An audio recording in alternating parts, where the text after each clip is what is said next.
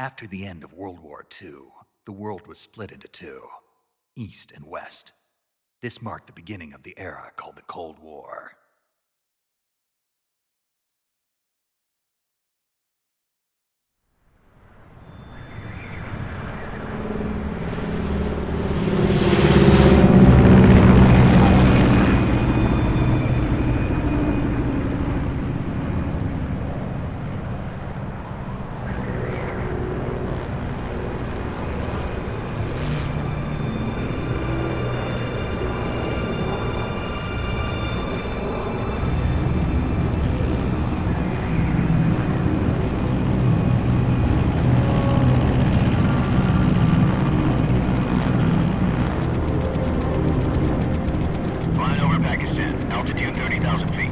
Approaching Soviet airspace. 20 minutes to drop off. Commencing internal depressurization. Equipment check. Arm main parachute. All right. You ready to go? Drop zone still showing a high pressure mass. Cav okay. Good. We've got high visibility.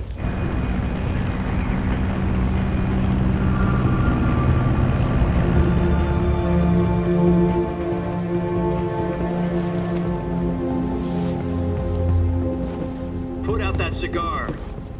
Connecting oxygen hose to interior connector. Put on your mask.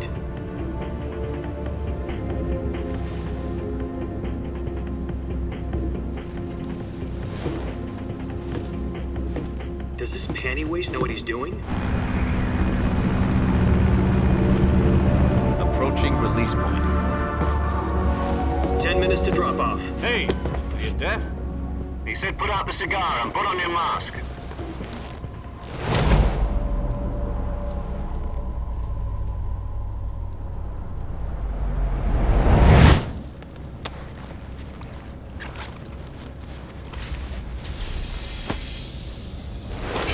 Depressurization complete. Checking oxygen supply. 6 minutes to drop off. Opening rear hatch.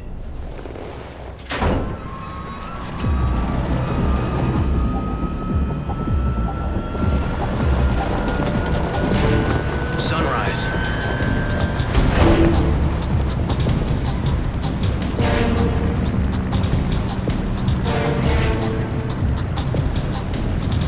External temperature minus 46 degrees Celsius. 2 minutes to drop off. Stand up. You'll be falling at 130 miles per hour. Try not to get frostbite from the wind chill. 1 minute to drop off. Move to the rear. Activate the air bottle. This is one for the history books. The world's first halo jump. 10 seconds to drop off. Stand by. Status okay. All green. Prepare for drop-off. Countdown. 5, 4, 3, 2, 1. Spread your wings And fly. God be with you.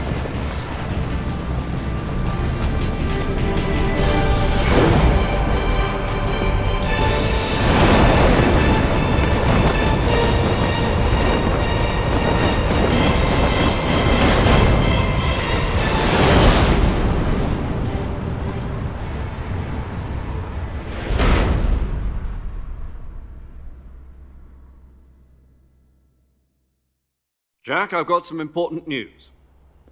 The head of the CIA has finally given us the green light for the Virtuous mission. Virtual mission? No, the Virtuous mission. The future of our Fox unit depends on it. If it succeeds, we'll be officially organized into a unit. Virtuous mission? Sounds like some kind of initiation ritual. You know, don't get cocky. This isn't a training op. Right. So what exactly is this wonderful mission? Well, about 2 years ago, a certain Soviet scientist requested asylum in the West through one of our moles. His name is Nikolai Stepanovich Sokolov. He's head of the OKB-754 Design Bureau, one of the Soviets' top-secret weapon research facilities, and the East's foremost expert on weapons development. Sokolov? Isn't he that famous rocket scientist? The very same. On April the 12th, 1961, the Soviets achieved the first manned spaceflight in history. The Earth was blue, but there was no God. Well spoken. The rocket that carried Yuri Gagarin to orbit was the A-1, known as the Vostok rocket. Sokolov is said to be the man most responsible for the multi-engine cluster used in that rocket. After Gagarin's flight, Sokolov left rocket development to become the head of the newly established Design Bureau. From a lowly technician to head of a design bureau, that's quite a success story, so why do you want to defect? It seems he'd become afraid of his own creations. Afraid? Call it a crisis of conscience. And for that, he left his country and his family behind and went over the fence? Not exactly. One of his conditions was that his family was also to be taken safely to the west. We used a mole to get the family out first and succeeded in sneaking Sokolov over the Berlin Wall shortly afterwards. I was the one who conducted the operation. The security on the eastern side was still full of holes back then. Then what? We got Sokolov over in one piece, but the whole ordeal had left him exhausted, and we checked him into a hospital in West Berlin. It took him 2 weeks and more than 600 miles to get from the research facility in the Soviet Union to Berlin. He was in no condition to say anything coherent. And it was only a week later that we had something much bigger on our hands. The Cuban Missile Crisis. October the 16th, 1962, President Kennedy received word that the Soviets were in the process of deploying intermediate-range ballistic missiles in Cuba. The President demanded that the Soviets dismantle and remove the missiles. At the same time, he announced a naval blockade to prevent further missile shipments from reaching Cuba. But the Soviets didn't back down, instead placing their armed forces on secondary alert. Soviet transport ships carrying missiles continued on course towards Cuba. US and Soviet forces went on alert for an all-out nuclear war. Frantic negotiations were conducted through the UN's Emergency Security Council and unofficial channels to end the hair-trigger standoff. Finally, on October the 28th, the Soviet Union agreed to remove its missiles from Cuba, and so the world avoided a nuclear holocaust. But in order to get the Soviets to pull their missiles out, we had to make a deal. You mean the one where the US agreed to remove its IRBMs from Turkey? No. The Jupiter IRBMs deployed in Turkey were obsolete, and we were going to get rid of them anyway. They had no strategic value whatsoever to either the US or the Russians. The Turkey deal was a ruse, a cover story that was fed to the other intelligence agencies around the world. So what did the Russians really want? Sokolov.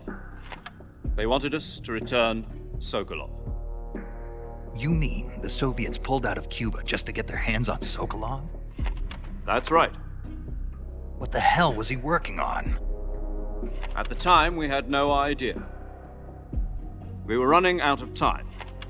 It was either give up Sokolov or risk full-scale nuclear war. In the end, we had no choice. President Kennedy gave in to Khrushchev's demand. The next day, I got Sokolov out of the hospital, handing him over to agents on the eastern side. Sokolov kept on screaming, "Save me," until he disappeared from my sight. Then a month ago, we received some new information from one of our moles. About Sokolov? Yes. He was taken back to the research facility and forced to continue working on the weapon in question under KGB supervision. What's more, it's on the verge of completion. So what kind of weapon is it? Something to do with space rockets? No, missiles. Same technology. I guess you're right. We don't know the details, but it appears to be a new kind of nuclear device. For half a year now, the Soviets have been conducting frequent nuclear tests at Semipalatinsk. Something to do with the weapon, I assume. We're talking about a secret weapon so big that Khrushchev was ready to pull out of Cuba to get it back. Is Sokolov still in the facility? No. According to our intelligence, he's in Selinoyarsk, a place in the mountains about 3 miles to the west that's known as the Virgin Cliffs. The Virgin Cliffs. Nice name for a virtuous mission. They moved him there just recently. Why? Apparently, they're conducting a field test of the weapon, but it's our best chance to get him back. This mission would never have been possible if he was still in the research facility. This is our last chance. Sokolov must have known that too when he contacted us.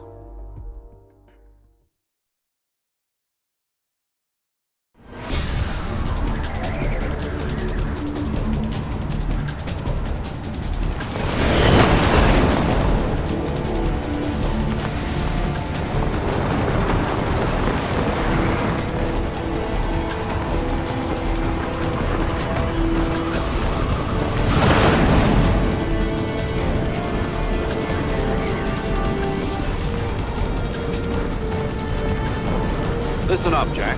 Your mission is to infiltrate Selino Yask in the Soviet mountains, ensure the safety of Sokolov, and bring him back to the West.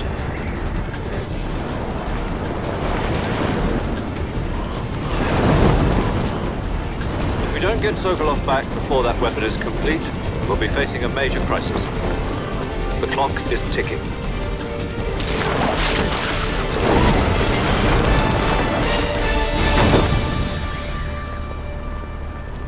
Once we've confirmed the rescue of Sokolov, stand by at the recovery point. A recovery balloon will be dropped at that point. Helium will be pumped into the balloon to inflate it. The process takes about 20 minutes. Once it's complete, the gunship's arm will latch onto the balloon and pull it up. The Fulton surface-to-air recovery system. I'm familiar with the theory. Take it easy. It's been combat proven. Do you think Sokolov is up to it? The shock will be less than during a parachute jump, and the arm can handle up to 500 pounds. So you're planning on going over the border in a single combat Talon? She's equipped with two 6-barrel 20mm Vulcan cannons, as well as two 40mm machine guns. Sounds like she could hold her own against a battalion of tanks. Even with the fuel in the reserve tank, we're facing a 4-hour time limit. If all goes well, it shouldn't take more than a few hours. Home in time for dinner. But if anything goes wrong, you'll be eating dinner, breakfast, and all the rest of your meals in the jungle.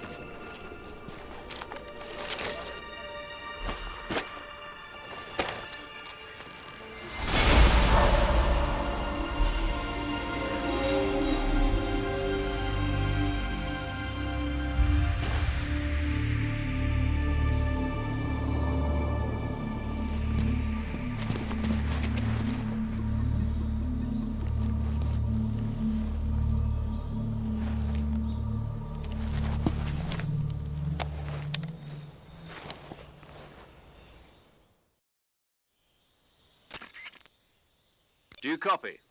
You're already in enemy territory, and somebody might be listening in. From here on out, we'll be using code names to refer to each other. Your code name for this mission will be Naked Snake. I'll be referring to you as Snake from now on. You're not to mention your real name. Snake? What, you don't like snakes? What do you mean? Well, you've eaten one before, haven't you? In survival training. I'm glad to hear that. I don't know if I'd ever order one in a restaurant, but... Be careful, you might not have a choice. What about you, Major? What should I call you? Let's see. I'll be Tom. Call me Major Tom.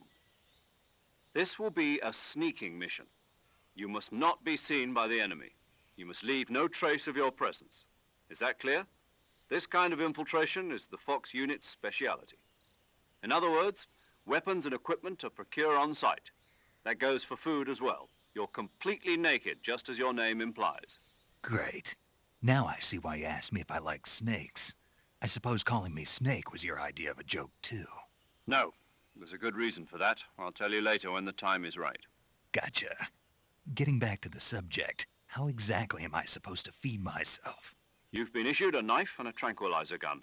Use them to hunt for food. You'll also find some medical supplies in your backpack. Yeah, about the backpack.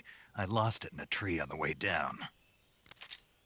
I see. Well, you'd better go back and get it then. You know where it is? No problem. I can see it from here. It's stuck on a branch. To climb a tree, stand in front of a tree that's covered in ivy and press the action button. I'll be monitoring your progress over the radio. We can't risk violating Soviet airspace, but I'll be in the gunship. My frequency is 140.85. I'll give you a call if I need to talk to you. If you need to talk to me, use the send function. Okay, Snake, go get your backpack.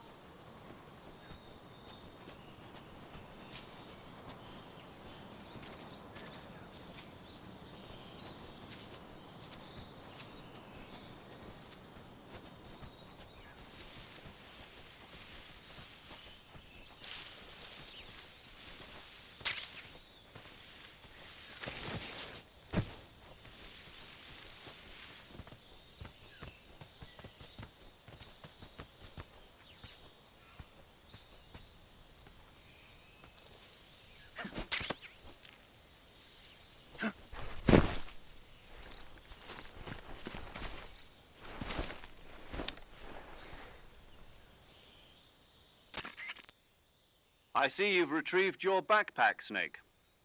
To equip a weapon, it's necessary to take it out of your backpack. In the survival viewer, choose Weapon from the backpack. Your available weapons will be displayed in a list on the screen. From that list, choose the weapon you want to equip and press the Enter button. For other equipped items, just do the same thing from Item. Got it. Use the survival viewer backpack. Yep, that's right. Survival is fundamental to this mission. After you've been out in the field for a while, your stamina will start to drop. If your stamina gets too low, it'll affect your performance. You won't be able to shoot accurately, for example, and your wounds won't heal as smoothly. Keep an eye on your stamina so you don't run out. To recover lost stamina, you can hunt for local flora and fauna. You can use either your tranquilizer gun or your knife to hunt. My only weapon is a Mark 22 Hush Puppy tranquilizer gun? That's right. It's been fitted with its own suppressor.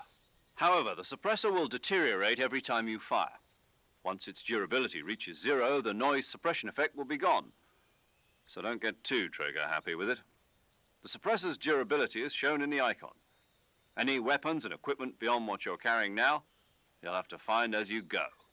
I have to find my own weapons and equipment? Whose crazy idea was this anyway? Solo covert actions are standard Fox operating procedure. You can't leave any traces of your presence. No weapons, equipment, footprints, sweat, or bodily wastes. The same goes for bullets and cartridges, too. Your presence in enemy territory is already a violation of international conventions of warfare. There aren't supposed to be any American soldiers in Russia. It could spark an international incident. You can't let anyone see you. You can't let the enemy know you're there. This is a stealth mission. You're a ghost, Snake, in every sense of the word. And there'll be no rescue if you're captured. The military and US government will deny any involvement in the affair. Then I'll just have to take care of myself, huh? I'm afraid so. You've been given a fake death pill for that purpose. SIS guidelines stipulate that soldiers on covert ops like this one be issued a potassium cyanide capsule. Tape it to your body so you can take it when you need to. How generous of you. Use it if you're taken prisoner by the enemy. It'll send you into a state of false death for a short time. Fooling them into thinking that I'm really dead. So how do I come back to life? Just take the revival pill. You mean that thing they put in my tooth before the mission?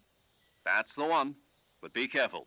If you remain in a state of false death for too long, nothing will be able to bring you back. Remember that. I'll keep it in mind.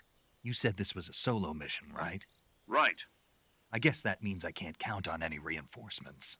Correct. The mission rests entirely in your hands. A real one-man army. Relax. There's a support team ready to back you up over the radio. Who? I'll introduce them to you.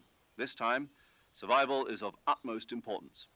The first member of the support team will be in charge of monitoring your physical condition, acting as a medic, so to speak, as well as recording your mission data. She's a member of Fox as well, and she's here on the gunship with me. She? Hello, Snake. I'm paramedic. Nice to meet you. paramedic. As in a medic who comes in by parachute. Aren't you going to tell me your real name? Are you going to tell me yours, Mr. Snake? My name, huh? It's John Doe. And they call you Jack for short. You're a regular Captain Nemo. A name means nothing on the battlefield. After a week, no one has a name. What's your name? Jane Doe. Very funny. I wasn't joking, but I'll tell you my name only if you manage to make it back alive. My frequency is 145.73. She's also in charge of recording your mission data. Whenever you want to save, send a message over the reserved save frequency, 140.96. So saving lets me record my mission data. That's right. It also records the state of your health. Good to know. There's one more person I want to introduce you to, Snake. Huh? Speaking of snakes, you remember the boss, don't you? A legendary soldier and your mentor. Actually, it was the boss that got the DCI's authorization in the first place. She's going to be serving as Fox's mission advisor. The boss is? She also helped me plan this mission. She and I were at SAS together. Jack, is that you? How many years has it been? Boss? That's right. It's me. Talk to me. Let me hear your voice. It's been 5 years, 72 days, and 18 hours. You've lost weight. You can tell just by the sound of my voice. Of course I can. I know all about you. Really? Well, I don't know anything about you. What's that supposed to mean? Why'd you disappear on me all of a sudden? I was on a top secret mission. You didn't need me anymore. But there were still so many things I wanted you to teach me. No, I taught you everything you needed to know about fighting techniques. I taught you all I could. The rest you needed to learn on your own. Techniques, sure. But what about how to think like a soldier? How to think like a soldier? I can't teach you that. A soldier needs to be strong in spirit, body, and technique. And the only thing you can learn from someone else is technique. In fact, technique doesn't even matter. What's most important is spirit. Spirit and body are like two sides of a single coin. They're the same thing. I can't teach you how to think. You'll just have to figure it out for yourself. Listen to me, Jack. Just because soldiers are on the same side right now doesn't mean they always will be. Having personal feelings about your comrades is one of the worst sins you can commit. Politics determine who you face on the battlefield. And politics are a living thing. They change along with the times. Yesterday's good might be tomorrow's evil. Is that why you abandoned me? No, it had nothing to do with you. I already told you, Jack. I was on a top secret mission. A soldier has to follow whatever orders he's given. It's not his place to question why. But you're looking for a reason to fight. You're a natural-born fighter, but you're not quite a soldier. A soldier is a political tool, nothing more. That's doubly true if he's a career soldier. Right and wrong have no place in his mission. He has no enemies and no friends.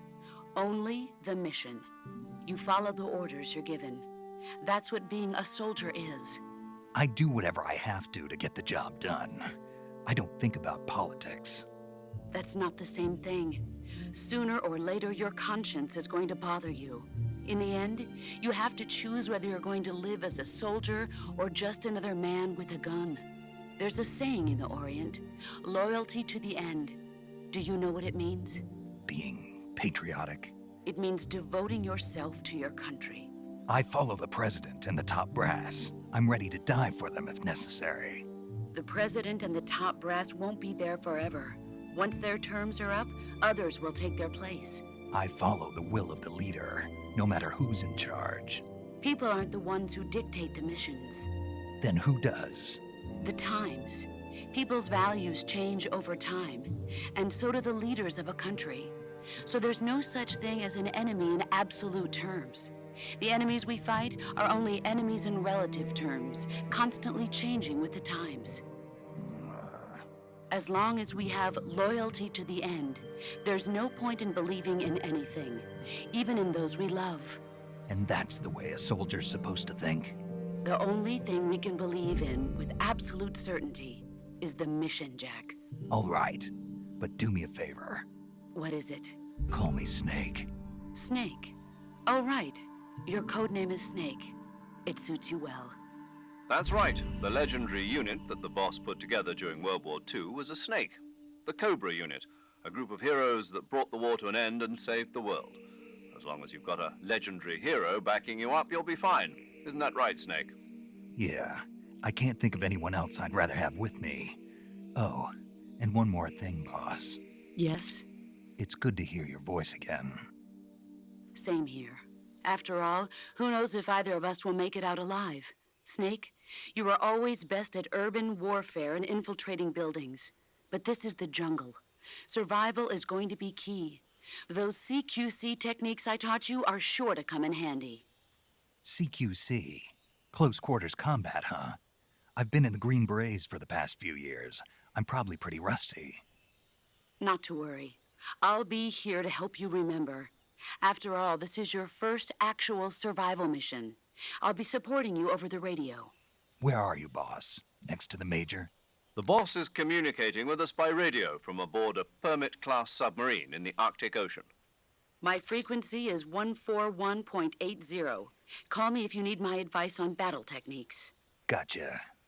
Your mission is to retrieve Dr. Sokolov.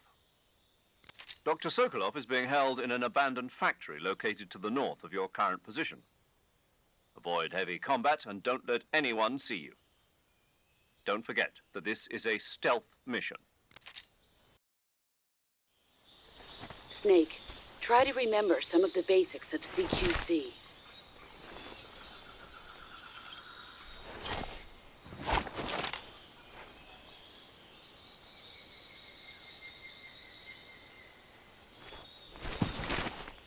Commencing virtuous mission now.